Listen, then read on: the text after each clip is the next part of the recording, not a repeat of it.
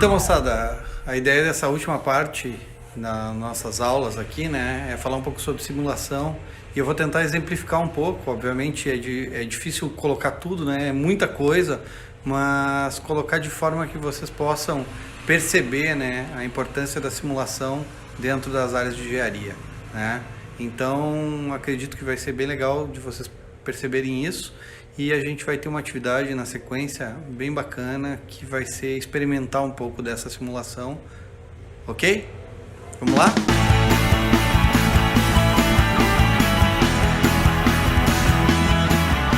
Assim como na modelagem, existem três tipos de simulação que são bem importantes: a icônica, a analógica e a matemática. A gente vai ver a seguir um exemplo de cada um deles e depois a gente vai detalhar um pouco melhor a matemática, que é a que a gente mais usa. A simulação icônica, ela parte do mesmo princípio da modelagem icônica, né? Onde modelos em escala reduzida normalmente são construídos para dar conta de alguns aspectos físicos e testes físicos que não seriam possíveis em muitas simulações de outra forma. Então, isso é muito utilizado, por exemplo, na indústria de automóveis, na aeronáutica, em túneis de vento, por exemplo, né? E também em pequena escala, por exemplo, numa usina hidrelétrica, onde são avaliados vários fatores, inclusive construtivos, né, e limitantes dessa construção, já que é algo muito maior do que normalmente se faz. Esse tipo de simulação, ele tem um único objetivo num primeiro momento, que é verificar a influência do ambiente com qual esse produto, esse projeto, esse protótipo está inserido. E é bastante utilizado, né, porque é a forma que o engenheiro mais se identifica, que é a experimentação. Normalmente, esses testes são feitos com esse protótipo em escala reduzida, em condições controladas, né, em laboratórios, e obtém dados a partir disso, dos materiais empregados, por exemplo, da resistência desses materiais, né, e até para definir algum tipo de fornecedor, enfim.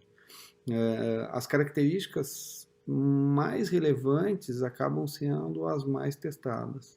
Então aí, na figura, a gente vê os testes de um Airbus A350, a asa desse Airbus, né, sendo estressada para literalmente suportar o bater asas do avião, né? Quem já sentou na janela de um avião em um tempo ruim aí, no meio de uma tempestade, já percebeu que um avião literalmente bate asa e ele precisa suportar esse estresse todo. A simulação analógica, na verdade, ela trabalha com a ideia de uma analogia, né? Sistemas muito grandes ou sistemas muito complexos são simplificados na forma de outros componentes que representam, de certa forma, o comportamento daquele sistema maior. Então a gente tem N exemplos disso, mas, por exemplo, um amortecedor de um automóvel, de um caminhão, pode ser reproduzido num primeiro momento como uma resistência elétrica, né, para se avaliar algum tipo de esforço. Isso é bastante utilizado dentro da área de elétrica, por exemplo, para fazer alguns testes com sistemas de transmissão e distribuição de energia. Então aí na figura a gente vê um laboratório todo onde todas as resistências dos cabos, imaginando a transmissão desde lá da usina geradora, né, que pode estar a milhares de quilômetros do centro consumidor, e todos os efeitos nesses cabos representados por pequenas resistências e capacitores que dão conta em escala de potência reduzida das características físicas desse circuito. E aí é possível fazer testes reais nesse sistema, simulações e etc. Né? Então, é um tipo de simulação ainda bastante utilizado, a simulação analógica, em vários casos. A simulação matemática, ela é a base da simulação computacional, ou seja, ela se baseia, num primeiro momento, nos modelos matemáticos que representam o sistema físico real, que a gente já conversou na aula passada, né? E a partir da discretização desses modelos, é possível, através de softwares específicos, né, simular o comportamento de qualquer coisa, praticamente hoje em dia. né? E a gente também tem os simuladores já dedicados a algumas funções, né? Existem simuladores de circuitos eletrônicos, existem simuladores de estrutura, existem simuladores de movimento dinâmico, enfim. Como eu falei para vocês, um dos simuladores mais abrangentes em termos de área, e é um dos que a gente utiliza muito na universidade, é o MATLAB. Eu vou mostrar nos próximos slides algumas das aplicações possíveis com ele, que são bem interessantes, e vou tentar mostrar uma aplicação em cada uma das áreas que a gente está, que vocês estão aqui, né, estudando.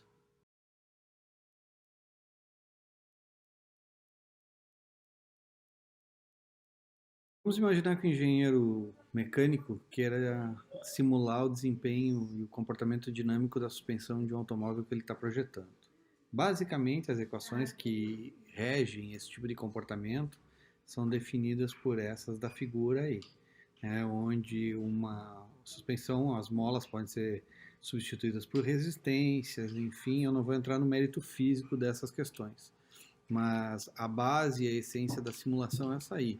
Isso vai ser jogado dentro do MATLAB num formato que a gente chama de Simulink, que facilita, através de diagramas, a composição dessas equações, né? Que obviamente eu não vou mostrar todas aqui porque elas são bastante extensas.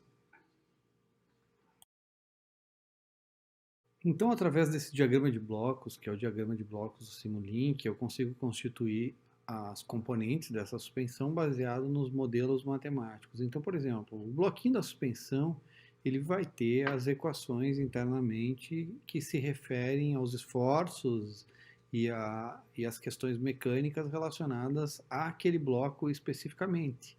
Conforme a gente pode observar aqui, essas são as equações apresentadas nesse bloco. E aí, esse composto todo vai ser simulado, né? E eu posso definir quais são as saídas para mim poder analisar com calma cada um dos resultados obtidos. Se a gente analisar a figura, que é o resultado de toda essa simulação, né? Aqui a gente tem vários gráficos. Aqui está representado todo o comportamento dinâmico dessa simulação. Então o engenheiro partiu de um pressuposto que esse veículo estava parado e ele entra em movimento exatamente nesse ponto. Com esse movimento, o que acontece? A gente tem um movimento relacionado à suspensão, que é este, e tem um movimento relacionado com o movimento das rodas, que é este.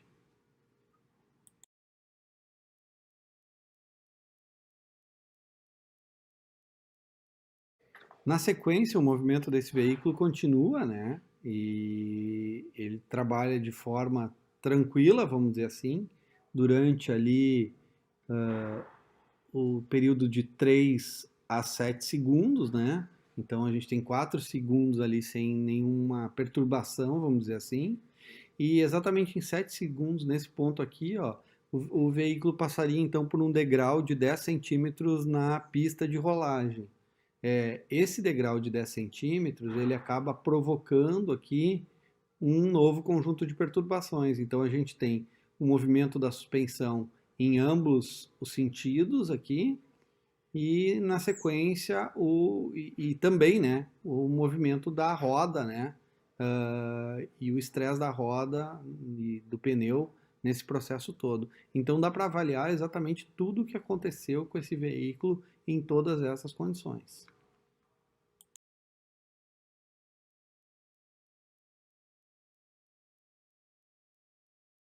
E por fim, então, todo esse movimento ainda pode ser visto tridimensionalmente, né, de forma a acompanhar o movimento dessa suspensão e tal.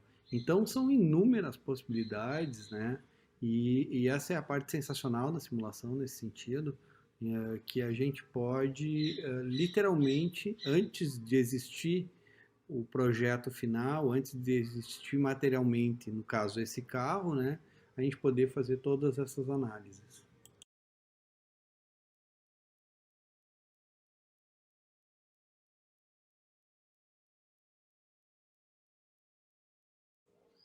Na figura a gente pode ver uma reação SN2, o S de substituição, o N de nucleofílica e o 2 de bimolecular. mas é conhecido mais comumente como ataque de retaguarda. Na química inorgânica, a reação SN2 é frequentemente conhecida como mecanismo de intercâmbio. E eu não entendo muito da química, né, mas basicamente essa substituição nucleofílica é um tipo de reação que substitui um nucleófilo, que é uma espécie rica em elétrons, e substitui um átomo ou um grupo de átomos de um substrato. E isso, pelo que eu entendi, assim, rapidamente, é relacionada a reações que provocam algum tipo de odor e tal. Então, aqui o engenheiro químico ele consegue ver como é o comportamento molecular, né, a partir dessa simulação. Aqui um exemplo da engenharia elétrica, então, a gente tem um acionamento de um motor elétrico, né, e é simulada a partida desse motor a partir de um conjunto eletrônico ali de controle de partida, de forma a verificar o desempenho. Então a gente vai ver que primeiro a gente tem o comportamento do rotor desse motor apresentado por esse gráfico, né? E também a gente consegue avaliar a corrente de partida, que pode ser dado um zoom, por exemplo, e se observar mais, vamos dizer assim, nitidamente algum detalhe dessa corrente.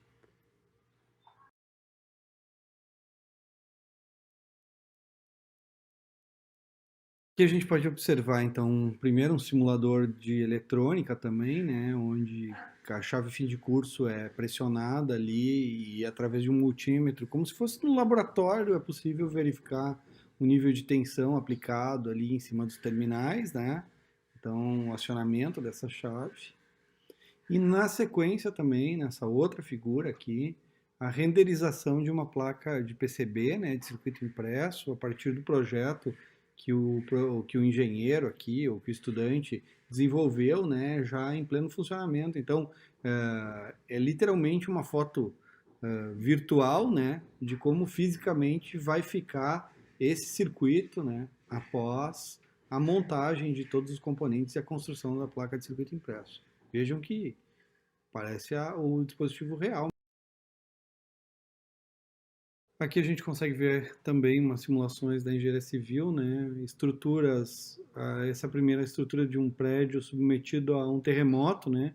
E como seria o comportamento dinâmico disso a partir da escala desse terremoto até o ponto de desabar. A segunda, a gente tem uma construção, uma edificação ali e está se projetando aqui construir um túnel embaixo dela, um metrô, por exemplo, e aí a avaliação de como vai ter o enfraquecimento em cima do solo naquela região ali, né, em função dessa abertura que vai ser feita ali embaixo. Isso pode ajudar bastante o projeto desse metrô. E por fim, de novo, uma ponte, né, agora em condições de terremoto também, como seria o rompimento e o colapso dessa ponte, né, a partir das condições expostas na simulação.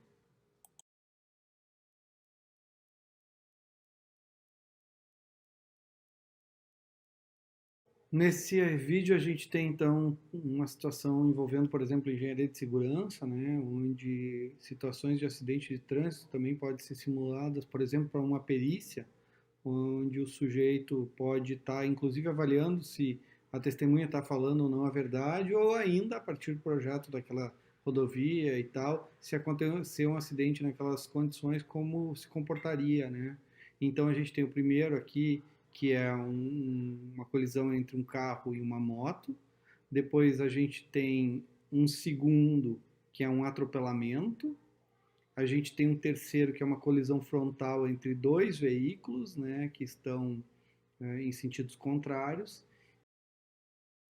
Por fim, a gente tem um acidente onde dois veículos se chocam numa rodovia movimentada e, na sequência, um caminhão não consegue frear e acaba colidindo com esses veículos, né, que é um acidente mais complexo, mas que é bem comum até nas estradas do Brasil.